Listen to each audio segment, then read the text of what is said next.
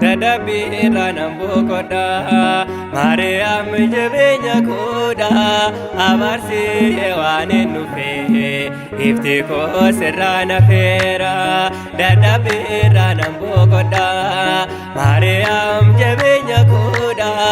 Abarsi ewane nufe Ifti ko sirrana fera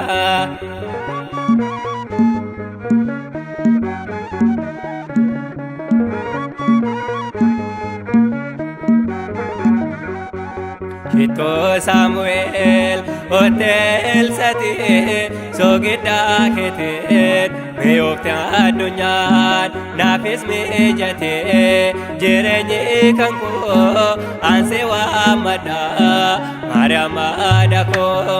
dadabira nambokoda Mariam jabenya koda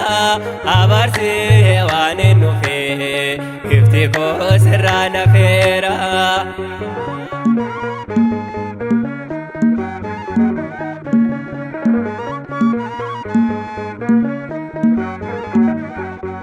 Namni tokkollee kan ittiin galle Waaqayyoo keetiif bultoo kan taate qulqullummaadhaan garaatti baatte raajichi Hisqi'eel kana dubbate dadhabbiirraa nambokoda Maariyaam jabeenya koda abarsi waan hin nufe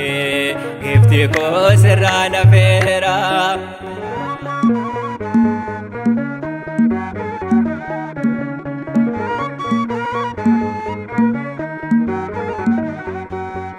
Kullettida foonif lubbuun hin madaalamtu ati oomane Abbaa Giyoorgisis bakkisiif dhabe fakkeenyaan qabdu Maariyaam yaa dormee dadhabbiirraa nambokoda Maariyaam jabeenya koda abarsi waan hin nufe ifti koo sirraa nafeera.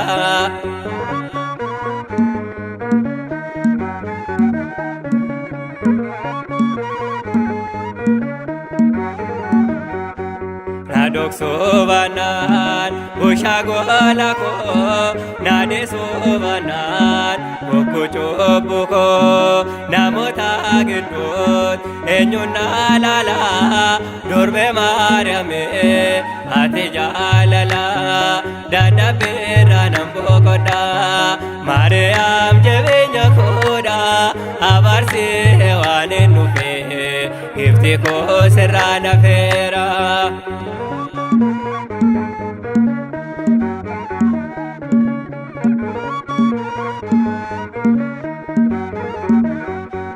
Kito Samuel hotel sati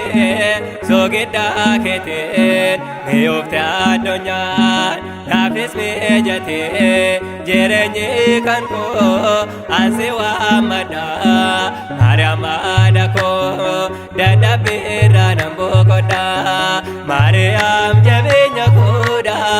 abarsi waan hin nufe ifti koo sirraa nafeera dadhabbiirraa nambokoda Maariyaam jabeenya koda abarsi waan hin nufe ifti koo sirraa nafeera.